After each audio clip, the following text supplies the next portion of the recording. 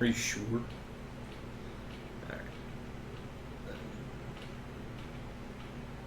Alright. We're here. We're just setting stuff up.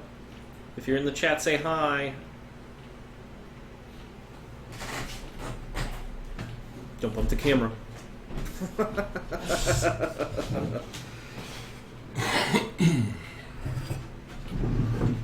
Oh man, I can watch Jake and Trev live from my phone. Oh man. In the time that's passed since Jake and Trev live, we've come into the future. There's no question about that. Can't get into the live chat. Oh, there we go. There we go. Now Jake can chat live. On Jake and Trev Live. Kira says, hey Jake. Hey, it sure does. He didn't say hi to you. I see that. Thanks a lot. Thanks a whole lot. Oh man. Oh my god. Well, no. In this series, I am Trev. That's confusing, I know. So. Oh man. All right, are we ready? Mm-hmm.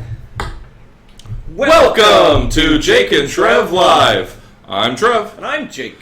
And you're not stumbling upon some lost relic from months and years the ago. Lost live show. This is in fact a live show, and it is September 2016, and against all reason and all odds, Jake and I have been reunited at this time so that we can bring you an episode of our seminal series. Seminal. So if you're not familiar with Jake and Trev Live, we BS for an hour, so buckle yourselves in. But I want to fix one thing. He's going to fix one thing, folks. All right, why don't you tell us stuff? I don't know, you start. You gotta check the box. Maybe. You don't want it there? You gotta hit the button. Yeah, what? Ghosts? Oh my goodness. All sorts of ghosts. Sure. Perfect. That's where it belongs. The dumb microphone, stupid. Well, dumb microphone. as a content producer, I have largely switched my focus. Those of you who are avid fans of peanutbutterdisaster.com, and why wouldn't you be, of course, you would know that I have not. I've put the Tex Rockwell files, into retirement. Theoretically, might step out of retirement, not unlike a professional wrestler.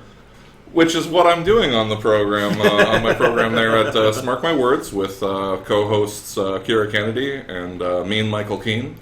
Mean Michael Keane. And that's I'm like Phil Brooks is actually CM Punk. CM Punk's real name, Phil Brooks. I am Trev playing the role of Tex Rockwolf as a wrestling commentator. So, for all the people out there, I hope that clarified. Because kayfabe's not a thing. If you know what kayfabe is, you know exactly what I'm talking about. If you don't know what kayfabe is, you probably wouldn't like Mark My Words, but you should watch it anyway. Because there's some world class verbal jousting. Oh man. What about you, Jake? What have you been up to in time absent? So I have done a few Jake Salvage lives. Mm-hmm. I'm hoping to get back on that soon. I was also, I don't know if me and Michael Keane is ever going to get off his married keister and start doing the season pass. Season pass. But we do that's have that's his program about television series and web series that only lasted for a single season. Is that correct? Yep. And we've done. I am the temporary replacement for the other Michael on the show until he comes back. But so are you a Michael on that show? Are you Jake Salvage playing the role of a different Michael? I go as Michael Salvage. Michael Salvage. No, that's not true. It should be, because that's a tough sounding name. I'm sorry. I'm sorry to break this to you. Michael Salvage. Salvage, sounds more like maybe like Mike Salvage. Mike. A little better. I don't know. Michael Salvage sounds like a John Grisham character, maybe. Like a hotshot lawyer or... roped into some intrigue. Well, only the Michael finest. Salvage. Only the finest intrigues. So there's that. That's cool. Yeah, and then I actually have a business under the title Jake Salvage in the state of Washington. Oh, no kidding. Yeah. A licensed business. Yeah. And I have to pay I have to do my taxes every 3 months, and it's a pain in the dick. Yeah. Well. But I have a little thing up on my wall that says Jake Salvage business license. I have to have it up on the wall because otherwise my business is illegal. Wow. And I don't think my landlord knows that I run a business out of my apartment. So if I were to go to your establishment, I could demand to see your business license? Yeah. And I'd be like, it's right there. Oh, well then. I guess everything is in order. Yeah. Hello to Nicky Mandy, who has joined us in the chat as well. We got Faceless Granite, yes. Kira, and Leave the Sunshine Out. I believe that is one of my fellow comedians in Bellingham, Chris. I'm pretty sure. That's why she said so. boo. I hope so. That'd be embarrassing if you were, if you were doing that. So obviously people have long called Washington the Michigan of the West Coast. How have you enjoyed your time? Yeah, so I live in Bellingham now. That's very much like Marquette, like times 3. It is actually 3 times as populous as Marquette. It's it's very similar. I mean, it's just bigger. That's all. It's a college town. It's mostly a college town. It's bigger on the outside. Yeah. That's good. We're right in between some Canadian city and Seattle. So I think Toronto, maybe. No, definitely not. Toronto was way on the East Coast. I haven't. Well, not literally the coast. Way over on the east side. Mm-hmm. In a deluxe apartment in Canada. In the sky of America. Mm-hmm. Because it's above it. Because it's above it. Right. So something that we discovered once Jake came back to visit here is because we started trying to talk about things that we've seen and shows that we've been following. But there's too many shows. There's too many shows. Guys. Oh my god. There are too many shows. Too many shows. Take it down a notch. There's too much content. Like, I mean, that's the thing is, it's like, you gotta start getting real choosy now. Yeah. I mean, you could afford to watch Agents of S.H.I.E.L.D. and stuff like that before. Well, you couldn't. I could. Yeah. I could afford to watch Agents of S.H.I.E.L.D. before, but you gotta. It's too much. It's too much. Before we continue this line of discussion about television, because to be honest, I don't know about you. I've only seen like a few landmark movies this year where it's like you gotta see this. And even some that I haven't, like I haven't seen Suicide Squad, I haven't seen Batman vs Superman. No, I've not seen either of the DC films. Since we last lived, I've seen the new Star Wars. Obviously. I've seen the Captain America Civil War, Deadpool. Obviously, Deadpool. Obviously. And those are all pretty obvious ones. But yeah, television has kind of dominated my viewing structure. But I have to say this in front of Trevor and everyone. I like Game of Thrones. I'm sorry. Can you run that by me again, Jacob? Oh, Game of Thrones. I don't think that the internet... I like Game of Thrones, okay? There it is. I finally turned around. There I watched it. Those of you longtime viewers of the Jake and Trev live program know that Jake has long forsworn Game of Thrones. He said he was never going to watch it. I didn't say I was never going to watch. I said you never unequivocally said that you would never watch it. However, I said I was not interested. He said that he was not interested, and and I tried. I tried for so long. Tell him. I said, Jake, as your friend, as someone, hey, bud, as someone who really cares about you, I want you to watch this show. It's not for me. It's for you. And I was like, no, there's not enough magic and sorcery. Like I was thinking, like Conan style. Yeah, I remember you were really disappointed by the first few episodes I got you to watch. because the ice zombies came in right away. The whites. I realized that through my second watch. Yes, I've seen the series twice. He's watched it twice at least. Here's the thing: that's the very first scene of the first episode. Is the Night's Watch? I'm snacking on having been completely right. Just a big handful. Just take a moment. We'll take a moment, and everyone so can delicious. soak it up. So delicious. You were saying, Jake. Oh, but yeah, the very first scene of the very first episode of Game of Thrones is the Night's Watch getting attacked by the White Walkers. Actually, that's the first. That has what's his face? The half zombie guy now, the Stark. Yeah, the Benjen Stark. Yeah, the Benjen Stark. Nicky Mandy says Ben's as high as well. Hello, Ben. Hello, Ben. Hello. Kira Kennedy says, in terms of Suicide Squad, we did not miss much. That's what I heard. Here's the thing. I want to stay up. The spirit of reviewing is always inside me at all times. Right. And if I don't think I'm going to see... What is dead may never die. Right. Yeah. And with strange eons... Even death may die. Wow, that's like just got a Westeros Cthulhu connection. That's what the drowned god is. It's fucking Cthulhu. Obviously. It's obviously Cthulhu. It's Cthulhu. They're ripping off H.P. Lovecraft lines. I'm on to you, George. Shovel that shit somewhere else. Well, technically, I found this out the other day. Did you know that H.P. Lovecraft's works are... they are copyright free now. What? Yeah. No. Yes. No. Yes. Yes, they are in that what do you call it? Yeah, it's just public domain. Public domain. They are public domain. Wow. Yeah. Well, my understanding is that they were always kind of fast and loose about allowing people the estate, the Lovecraft estate, allowing other people to republish and write stories in that universe. Yeah, that's the first big elements fan of it. Universe. Old HP, Harry Potter, Lovecraft. He had a lot of traded stories and writing clubs and they would mail each other stories. Sure, yeah. And there's when people talk about H.P. Lovecraft as a collective horror universe, they're actually talking about several different authors who have kind of contributed back and forth and worked together. Because you have the main bulk. You have the main bulk, which is H.P. Lovecraft, and then the cities like Innsmouth and Miskatonic and all that, people and the gods. All the fan writers kind of worked within that universe.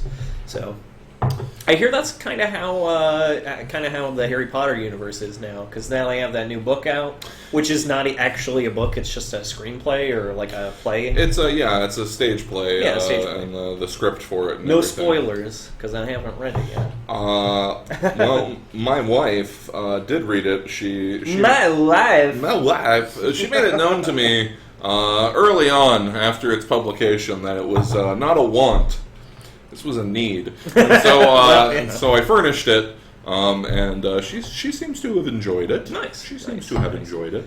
Yeah, but that's not even written by what's her face, anyways. J.K. Rowling? Yeah, it's not written by J.K. Rowling. No, it's partially written by J.K. No. Hold on. Look at it. Maybe it's thanks for all the memories, J.K. Rowling or something, but it's not written by her. He's looking at it right now, folks. Based on an original news story. Okay, so that's the first red flag. Based on an original news story by J.K. Rowling, and then that's the primary line here. Right. And then John Tiffany and Jack Thorne are credited underneath J.K. Rowling, and then it says a new play by Jack Thorne. So I think that there may be a compelling case there for how much work. Yeah. J.K. Rowling put maybe they were we want to write this, and J.K. Rowling is what if this happens? Can I give you a spoiler? It's not a huge spoiler. Okay. It's kind of it's really generic. Okay. It gets super convoluted. Yeah. That's what I heard. I actually have heard that. In a classic convoluted trope that kind of comes back around after having been sort of summarily banned from existing in the Harry Potter universe, I understand, for a number of years. Potterheads. Is that a thing? Potterheads? Potterheads? Pottermores? Pottermorpheuses? Points for anyone who could tell me what the name of the Harry Potter fandom is, if it is not, in fact... Potterheads? Potterheads. It shouldn't be, though. It should shit. Potterheads. Man, some things just roll off the tongue. Let's see. Let's check out Faceless Critic says, I've never seen Game of Thrones. Shame. Don't be a Jake. Shame. Don't be a Jake. Yeah. Shame. Ding. Shame. Ding. We're shaming you. We're gonna drag you, take you through the town square, naked as the gods made you. People will be able to see your dingle. Faceless. And your dangle. Your dingle and your dangle. And you don't want that, brother.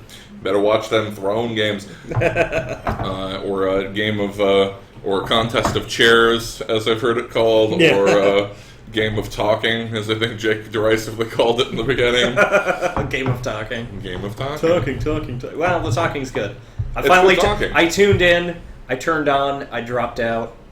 Game of Thrones is good. It was good talking. So check that out. Chris says, iPhone 7 doesn't have an aux jack. Yeah, that's some serious bullshit. Yeah, I heard they're trying to make their own proprietary headphones or some shit. Fuck you. Fuck you, iPhone. My understanding is they're just going to use the lightning connector. The same thing that's used for power. That's just going to be also an audio jack. Yeah, you know the thing that's used for power? All of iPhone's proprietary bullshit? Yeah. So for now, their power? So now, if you want to use a pair of headphones for your new iPhone 7, you can rest assured that Apple was able to wet their beak on that one as well. Even if you didn't buy the official Apple version, they're still getting that royalty, son. That dank-ass royalty for that fucking lightning patent. Go fuck yourself, Apple. Yeah, that's bullshit. It's so Apple-y. Yeah. It's the most Apple-y thing that Apple could do. Well, Apple's been doing that shit for that's kind of their mission statement. Like, we want to make new stuff that people want, but we want to make sure it's not compatible with fucking anything. We have to have our own OS. We have to have our own cables. We have to have our own app store. Mm-hmm. You know? Yep, and they... Yeah. How many times is it like, oh, I can't get that, I don't have an Android, I have an Apple. I can't get that game on my PC because it's not a PC, it's a Mac. Yeah, it's a shame. Fuck you, Apple. Shame! Shame. Speaking of which, Kirk Kennedy says Scarheads is the unofficial term that he's found for the Harry Potter fans. Scarheads. Yeah. Oh, I gotta get it. I did. Our camera's terrible, but I have a Harry Potter scar right here. He does. Yeah. He's the chosen one. I am. I do magic. He could have been the one in the prophecy, but I guess it was Harry. Yeah. Well, because I'm American, so our prophecy is kind of not nearly as cool as the British. You know. Yes. Face Greg says that's nothing new. My dangle has been on the interwebs for years, but I can at least keep the mask. Well, I can't argue with that. We'll make you take the mask off. It'll be like a lucha thing. Yeah, shame. Shame. Don't drink all the coffee, Jake. I might. Oh. It might happen. If there's any left, you can top me up there. Alright, I'm not gonna... So yeah, things I have watched and really, really enjoyed. I gotta spend a little time talking about Stranger Things. Have you guys seen this? Have you heard about this? Stranger Things is fucking dynamite. It's just like a strong narcotic version of 80s nostalgia. It's got that really great like horror / adventure, which is like a weird like kind of line to straddle. But they got that whole vibe. The synth music just brings you right back into that kind of like that perfect space. I mean, God, that show. Yeah. It is a tight little package. It's like, I love the 80s, like, black tar heroin. Oh, so good. Oh, E.T. Oh, the Goonies. Well, and it's not Stephen King. Yeah. You know. And it's the right way to do nostalgia. Like, I think my favorite example for a bad way to do nostalgia was Tim Burton's version of Dark Shadows. Yeah. I don't know if you saw that one. No. I remember you telling me all about it. It was too goofy. Like, the original show was, like, serious. But apparently Tim Burton was like, let's cram as much 70s nostalgia into this movie as possible. This movie about vampires and curses and shit. Mm-hmm. Sure. You know? That's logical. And it's just like, somebody makes a joke about, like, oh, I have a secret room full of macrame. Get it? Because macrame was from the 70s! What? I mean, the closest thing they do in Stranger Things for that is they play D&D. They play, like, classic D&D. They don't rub it in anybody's face or anything. It's part of the plot, too. It's not just like, hey, we're playing Jonathan's D&D. listening to, like, The Cure. And, you know what I mean? It's like, it's there, but it's not aggressive and in your face. Right. It's... And and somebody pointed out, like, a lot of the posters the kids have on their walls, it was like, that would never be... Like, one of them had, like, a Dark Crystal poster. This kid is on point. Like, seriously on point. He is... Like, the local VHS store is, like, that guy is a fucking mastermind of what's going to be, like, cult classic culture, you know? I mean, it's, that John Carpenter The Thing poster. Yeah. No way. No way! The Thing bombed when it came out. No way that kid has that poster, you know what I mean? Yeah, The Thing came out and it was, like, universally derided by all critics. Did you see that red-ass Millennium Falcon action thing he had? Yeah. Yeah. Same thing. Awesome. Well, I mean, Star Wars was pretty far off by then. But I'm just saying, how many unlikely things are we going to stack on this? You know, unlikely posters, unlikely toys. You only ever knew one kid in the neighborhood who had any of those, like, more expensive toys. It's like when people listen to T-Rex in movies from like, the 70s, where it's like, nobody, like, T-Rex is awesome, but, like, I don't think that many people are listening to T-Rex. Nicky Mandy says she has not watched it. Kira Kennedy says not yet. I'm assuming he means Stranger Things. Go watch Stranger Things. Yeah. It's really good. When you're done with this, go. It's like 8 episodes. It's not a huge investment of your time. You'll not regret it. Yeah, learn from Jake's example. Don't be a naysayer. You know, sometimes when everyone's telling you that the train's really good, get on. Come on, ride the train and ride it. Come on. Choo-choo. Yeah, choo-choo, you guys. Get on board, like the Ant-Man train. Yeah. Yeah, another couple ones. Both the Daredevil series, or the seasons. There's Daredevil Season 1 and 2, and Jessica Jones. Now, they are pretty different in terms of content. Sure. Pretty different. They're set in the same, in like, the New York Hell's Kitchen type area. Those are really good.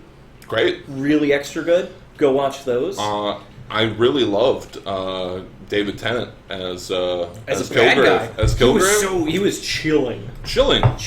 Yeah. It was ridiculous. Well, and for those of you who don't know the context, I mean, he's famous as being like a very beloved doctor on Doctor Who. Very compassionate, always being sorry. That's his cliche. He's I'm sorry. I'm so sorry. I'm so sorry. I'm so sorry. Kilgrave was not sorry. It was the opposite of sorry.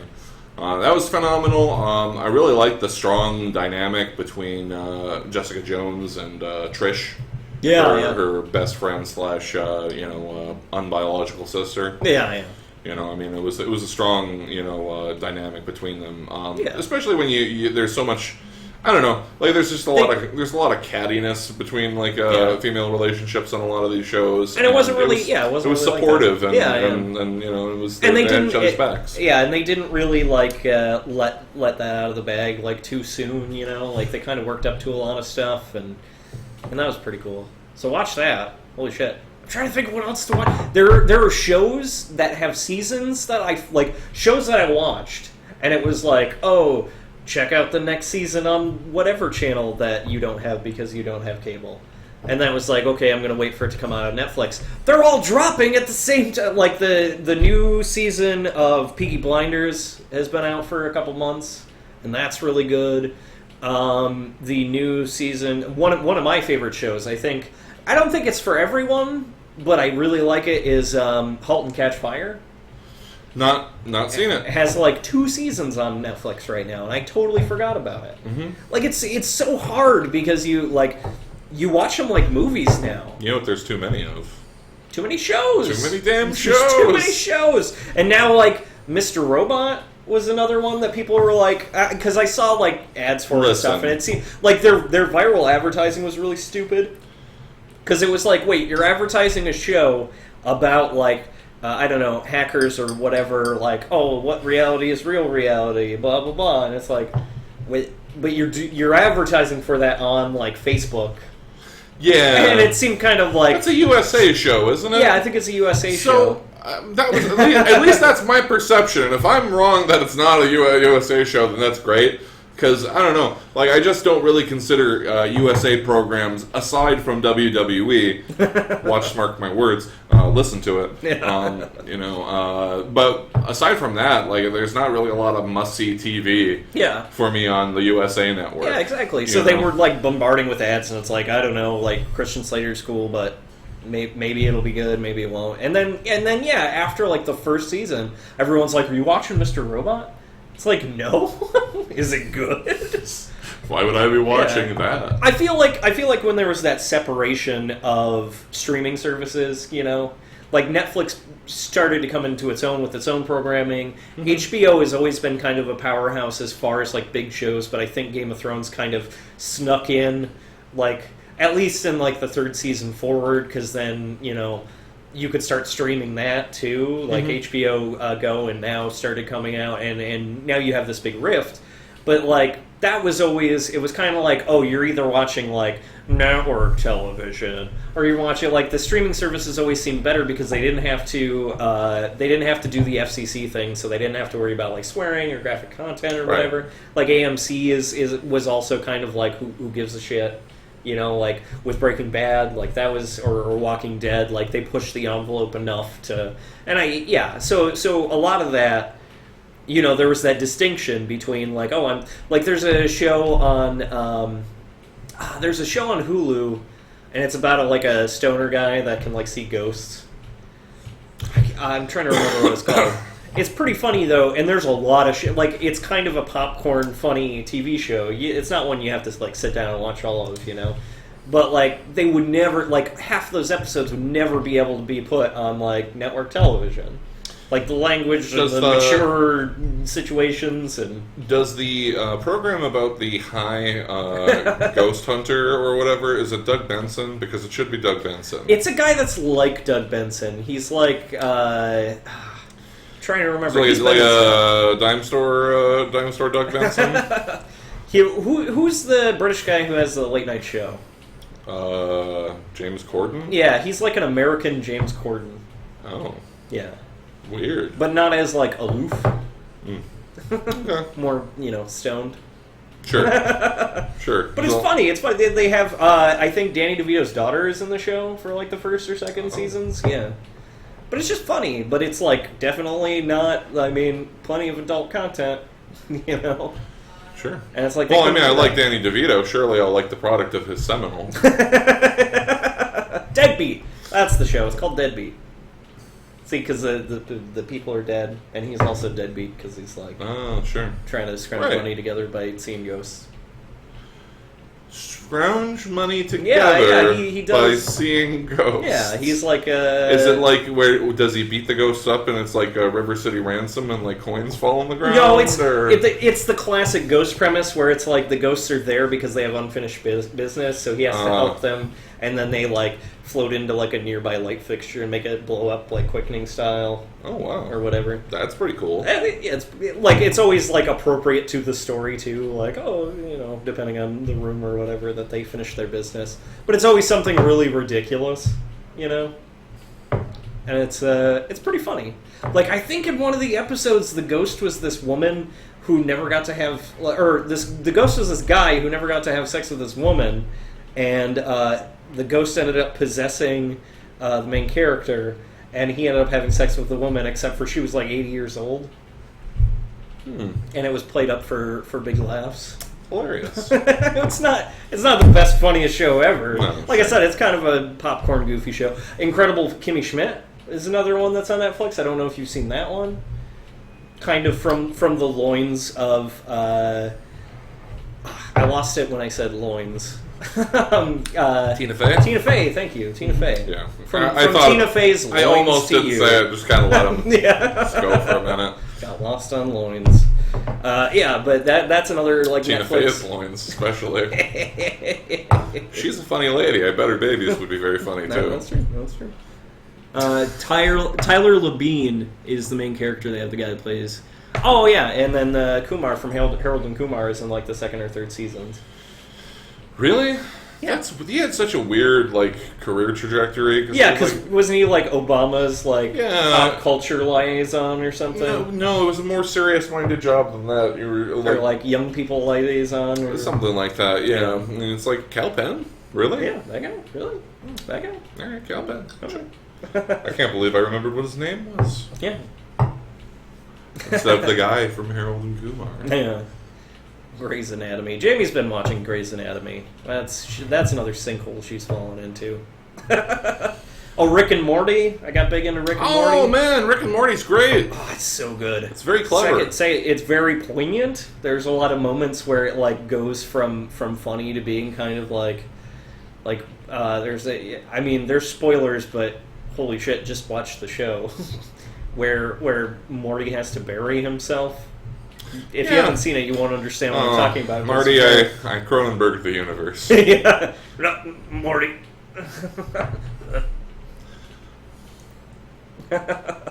That's a good show. It's a good show.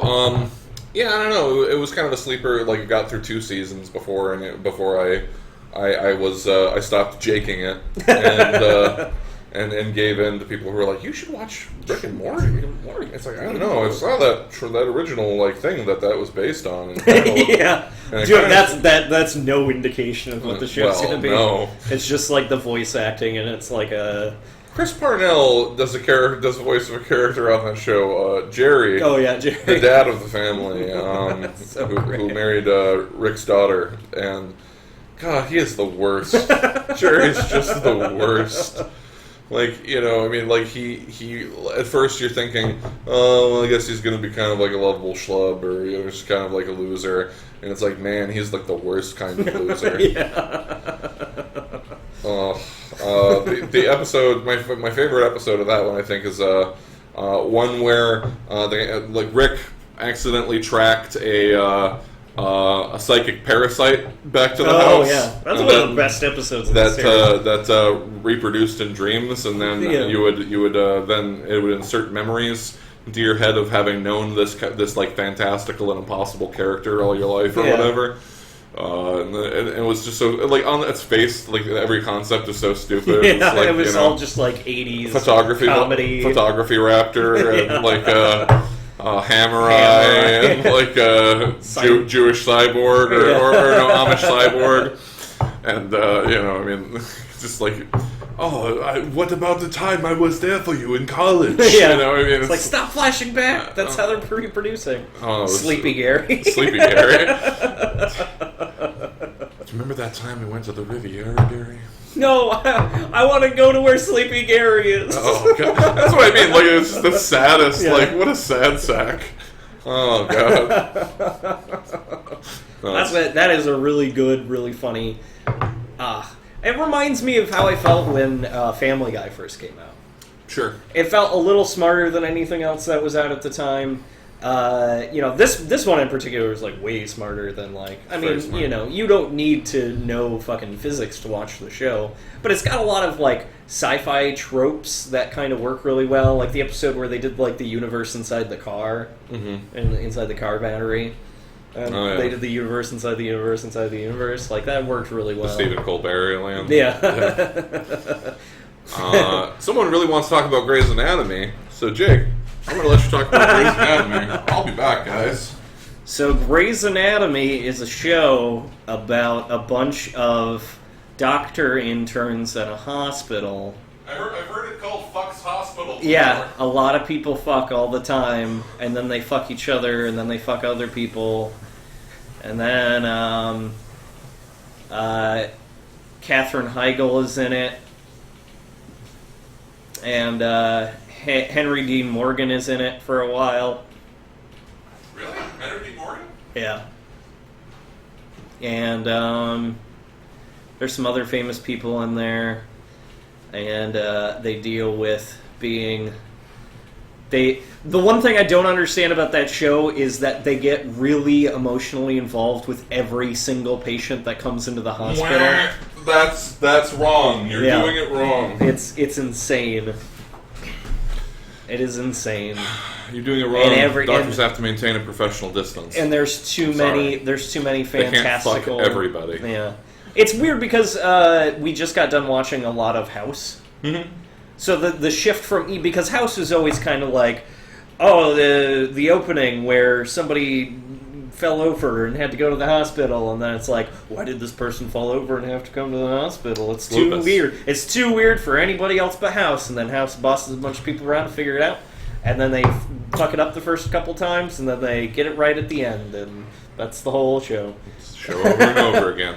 But then this show is more like, here's a handful of people that have like injuries and they might not make it, or they may make it, they might not make it.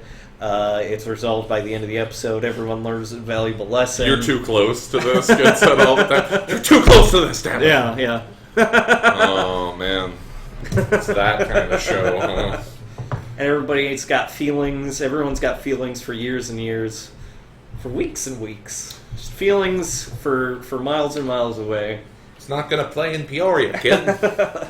It's not terrible, but it's definitely a little soap opera-y. It gets a little annoying sometimes. There's a character that had like a $3 million check. She left it. That pissed me off because when I was paying attention to the show, there's a $3 million check on the fridge, and she, for personal reasons, she wasn't going to cash it, and she lived in a house with a bunch of other people, and they're all like, fucking cash that check. and the entire time I'm thinking, like, if this were in the bank, you'd be making, like, tens of thousands of dollars a month. Possibly more. Right. Go put it in the, for as long as you're leaving it on the fridge, you're losing money. And somebody brought it up on the show, and I'm like, that person, listen to that person. Exactly that. Let's see. I got into Penny Dreadful for a little bit, way too late. Apparently, by the time I got into it, it was already canceled at season 3. Yeah, I haven't seen it. You know why? Too many shows. Too many damn shows. Oh it's really not too bad. I guess I'd recommend a viewing.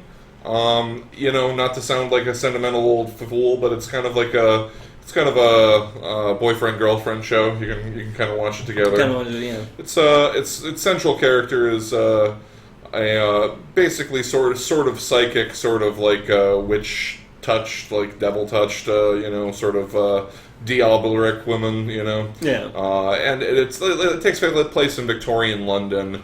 And it's a mashup of like all the like classic horror novels that took place in Victorian London.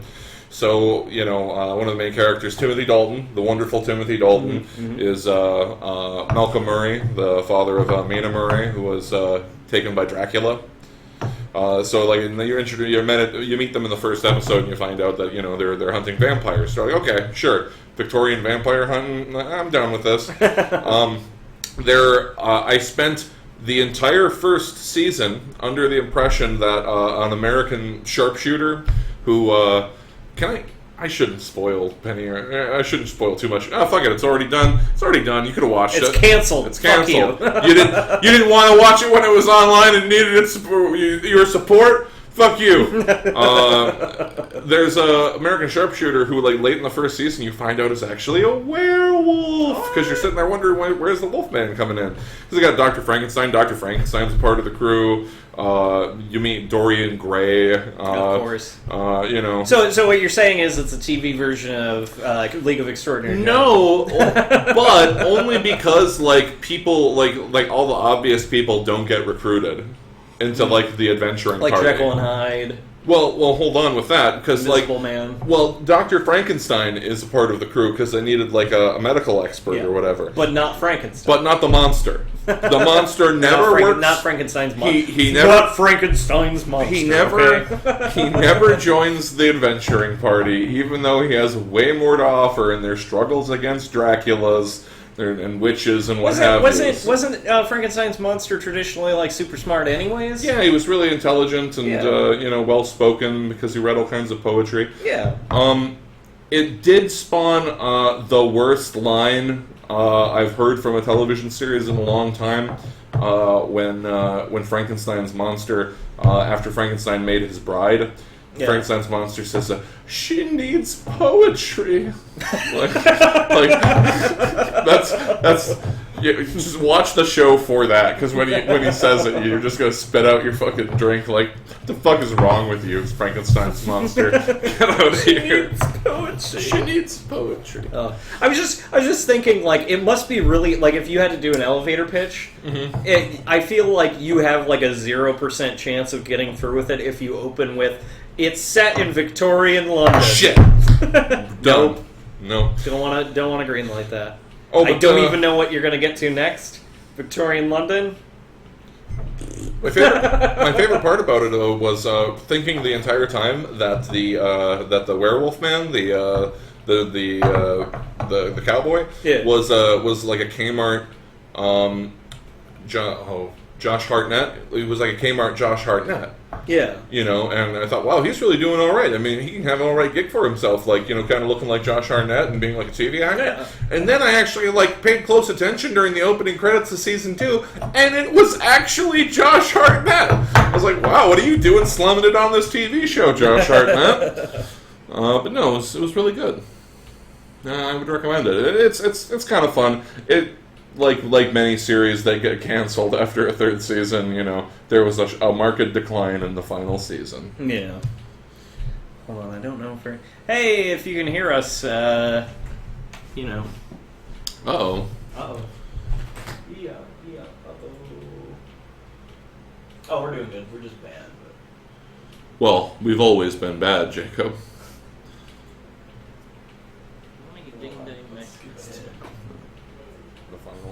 Oh, yeah, we're still going. We're fine. It's just fine. Everything's fine here. How are you? TK421, why aren't you at your post? Let's talk a little bit about Star Wars. Yeah, since everyone's seen that. Everyone's seen Star Wars Force Awakens. Yeah, I don't know. How did you feel about it? I wasn't really let down. You know, and that was, I think, the really most important, and that was the whole job, the movie's whole job. Yeah. Was not to be disappointing. Yeah. It doesn't have to be really fresh or great. It doesn't have to be like the best Star Wars movie.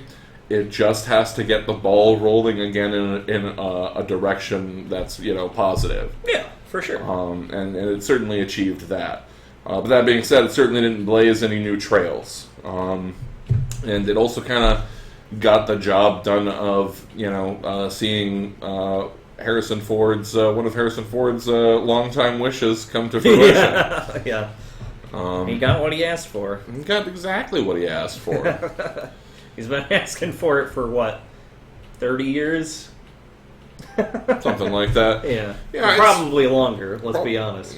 The whole time. Yeah. Literally the whole time. I think, and that was, so many people were worried because it was J.J. Abrams. Mm-hmm. And let's be honest, I think we talked about this before, so I'm not rewriting history, but I always thought that J.J. Abrams was trying to direct Star Trek like it was Star Wars. Like, it always seemed to me like Star Trek and Star Trek Into Darkness seemed a little more Star Wars than Star Trek. They wanted super big space battles and all that. I mean, you could even argue that the Next Generation movies wanted to be fucking Star Wars, you know? They wanted to have action and excitement, and, you know, if you're a Trekkie at all, if you're even a little bit of a Trekkie, well, you don't want that shit. You know? No. That's not what Star Trek is about. But then it was like, okay, well, if he's going to be doing Star Wars, I feel like he's, you know, he can do Star Wars as Star Wars. Now, some people would complain that he did Star Wars as Star Wars too well, and it kind of deprived it of any originalness. A lot of the, you know, you still have the, the hero's journey in the movie. The hero's journey in the movie is very similar to what happened in A New Hope. And a lot of people are like, well, this is just a reskin New Hope, which it kind of is, kind of isn't. The other thing is that with the prequels, we all know that the prequels were absolute shit. There are some younger people who will stand by the prequels because that's what they grew up with. That was like, they thought it was really cool when they were younger. There's a lot of cool lightsaber battles and shit. And I guess to George Lucas we can say, congratulations, you did the thing that you were saying that you were trying to do. Yeah. For, you know. Well, a lot of people who grew up in Nazi Germany hated Jews, Jake. That doesn't make them right because they grew up with it. People who like the we had to prequels throw are Nazis in there. Godwined you. Gotcha. Godwined you. But yeah, I think as far as the prequels go, George Lucas didn't have to come up with new characters, but he ruined characters that were already there. He made Obi-Wan this hotshot drunk. He made Darth Vader this whiny little bitch. Every other character was kind of just there for a cameo. Yoda became a fucking swashbuckler for some reason. He was always the sage old guy that had all the he was supposed to be 400 years old, but it was you're at the end of your he spoiler alert, he dies at the end of, or at the beginning of Jedi. Whoa, man. Some people haven't watched that movie yet. but yeah, so are you telling me that Yoda went from jump kicking fucking the Emperor to dying 20 years later because he was too old? Is there a period in a Yoda person's life where they go from 380 to 400 and then they're just this is too old? Just in that 20-year timeline, I got too old too fast. Keir Kennedy says, I remember when I was a kid and I saw it, my dad took me to see episode 1. I remember turning to my dad during the pod racing scene and said it was a long and boring movie. Mm-hmm. I remember seeing it in the theater too. I think I was in middle school. I was probably 12. I wonder how it was sort of a generational experience. Not just going to see Star Wars, the new Star Wars movie, Episode 1, as quickly as you can. Many of us saw it on opening night if we could. But more than that, it was that moment during the pod racing scene of creeping disappointment, realizing that something was really off here. This doesn't make sense. Yeah, I still can't recommend the Plinkett reviews enough. Red Letter Media, Plinkett Reviews. Rats off to you, boys. Yeah, slayed it. That's the end-all, be-all of episodes 1 through 3. I don't think anybody could deconstruct those movies better, and it's hard to talk about them now because of it. But yeah, so Lucas was destroying. He was creating new crappy CG characters. He was destroying old regular characters, and then with this new one, they had to introduce new characters. Sure. There's no fucking way that they're going to make the original cast of the middle trilogy be the main points of this new one. They at least have to pass the torch, but they're not going to be the focal point of the fucking movie. And they weren't, and that was cool, and the new characters are cool, and, I really like the new bad guy. Mm-hmm. I don't know so much about Professor Snoke or whatever his name is, but, the new Darth Vader is very cool. I think maybe somebody misremembered history when they were telling him about how cool Darth Vader was. Where he's I'm gonna do right by you, grandfather. It's you know why that helmet melted? See, there's a kind of a interesting thing I think that they achieved by making the jump and leaving a lot of things out in the explanation, like the time jump between episode 6 and episode 7. Yeah.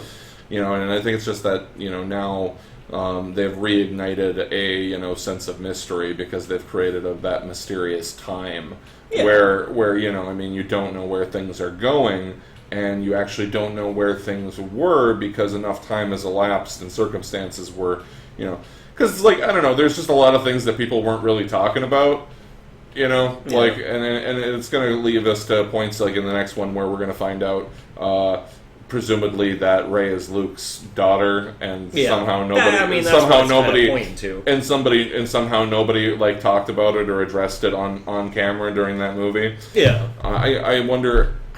I feel like Star Wars.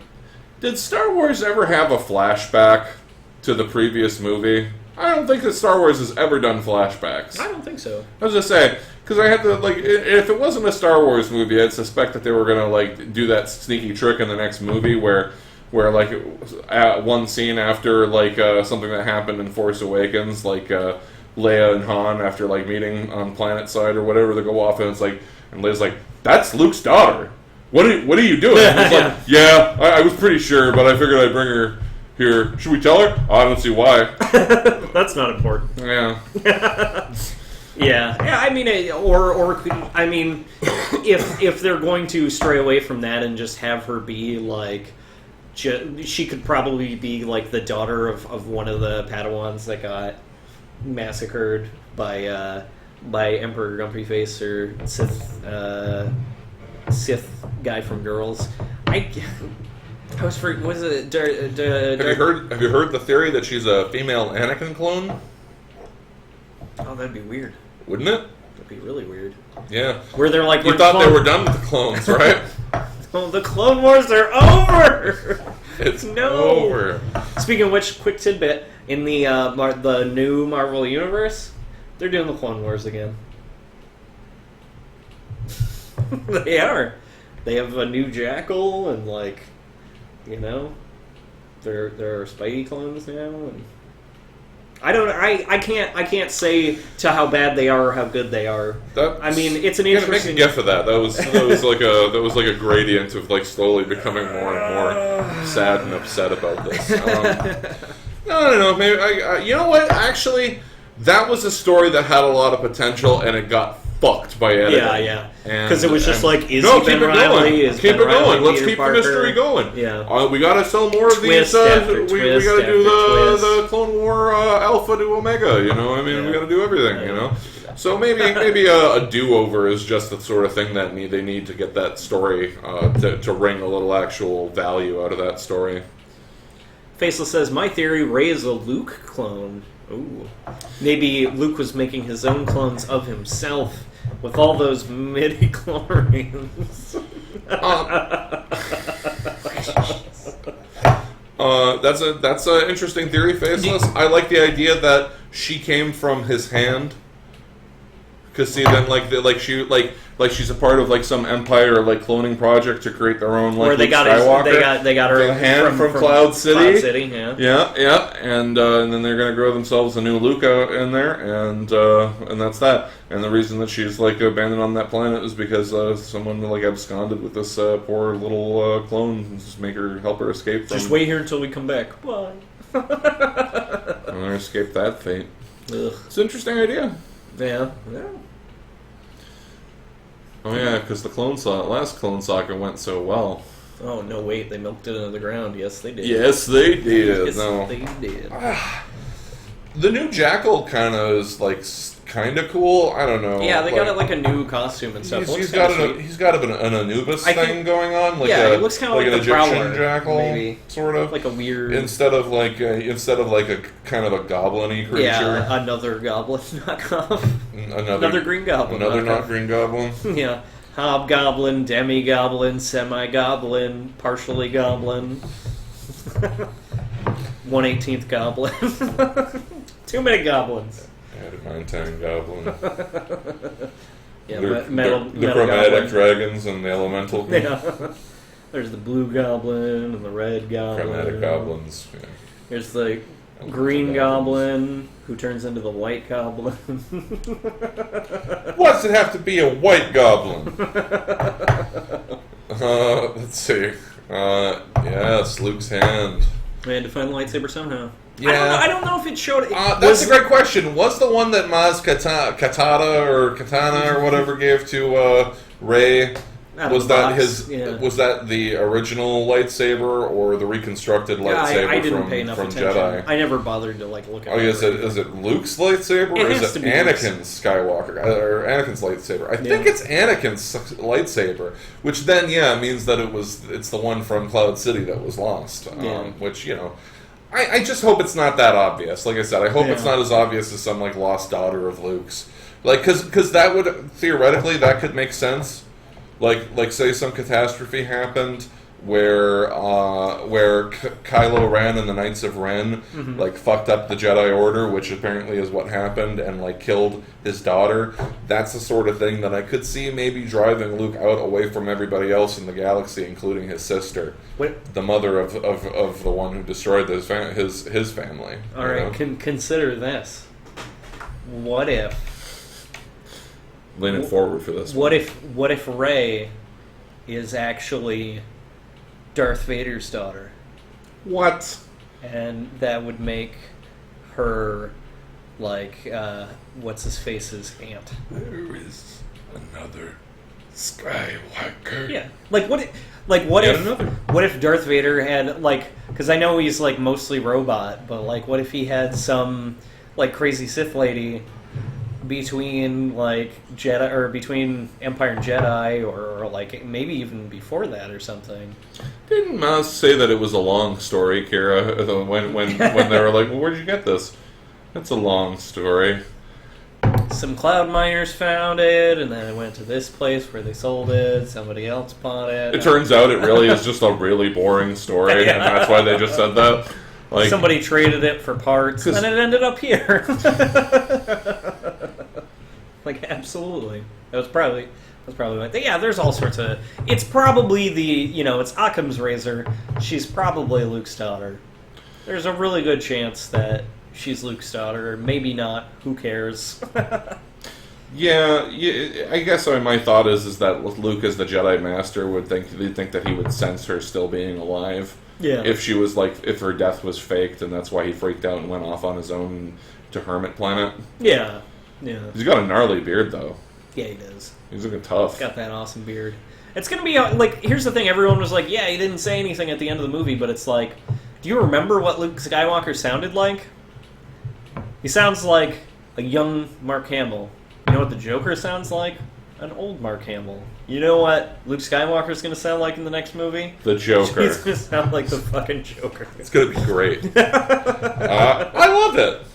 You think he's gonna? Oh man, I wonder if he's going to end up passing in this one in like a similar way. Like if they're just gonna like try to slowly off the older Star Wars characters as they go forward.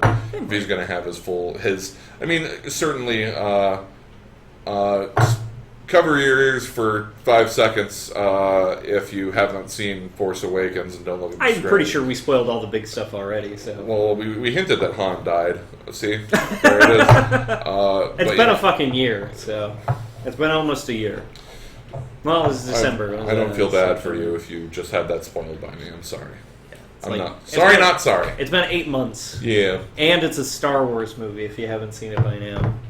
Like, right. maybe Marvel but movies, like, maybe if you haven't seen But in any case, yeah, so maybe Han fulfilled the role of the, self-sacrificing mentor or whatever. Mm. But it wasn't really his choice, Yeah. Like... Because he was trying to hug it out. He was still trying to hug it out. He was trying to hug it out. Right. Obi-Wan Kenobi made the choice. He was like, well, this is it.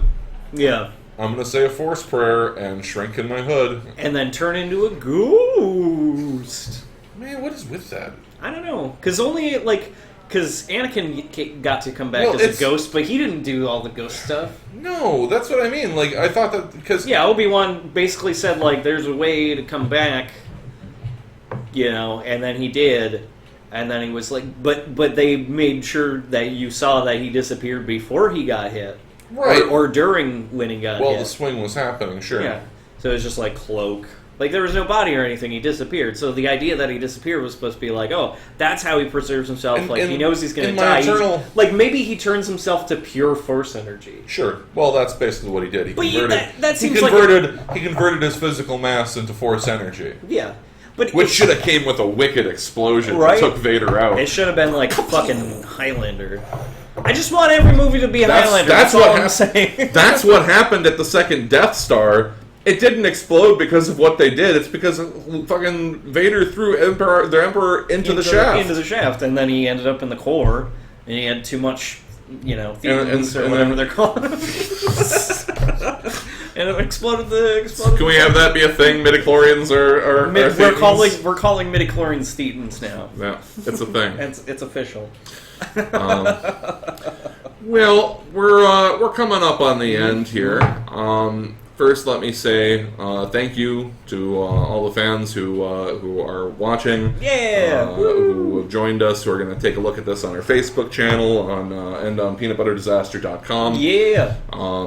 It's been a long time since Jake and I got to do it, and I got to tell you, it's been a blast. Thank you, Jacob, for bringing up the idea when you were coming up here. And thank you for being on our show. Yeah, thanks. Well, I'm glad to have me.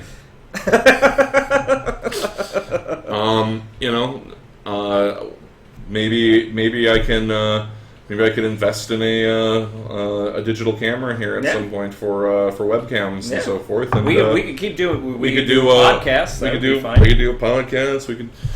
So if you cannot get enough of that classic Jake and Trev taste. Let us know.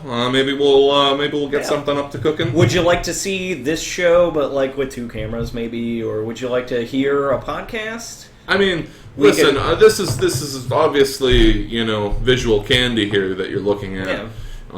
But it would certainly. I think this is the longest my beard has been on the show. I think that's probable. It's looking good. But let us know what you think. If you could live with losing our these stately visages and then just have to listen to the audio magic, that's always a possibility. So, so thank you to you. Thank you to you, Jake. Yeah, thank you. No, thank you. Thank you. Thank you, sir. And thank you for joining us in Jake and Trev Live, everybody. Yeah. Well, I gotta push the button though. It's gonna be kind of awkward for a second. Yeah. All right. Bye. Wait, hold on. You're being. I'm gonna fight it. Are you serious? I'm fighting it. Turn it off. I'm done. Shut it.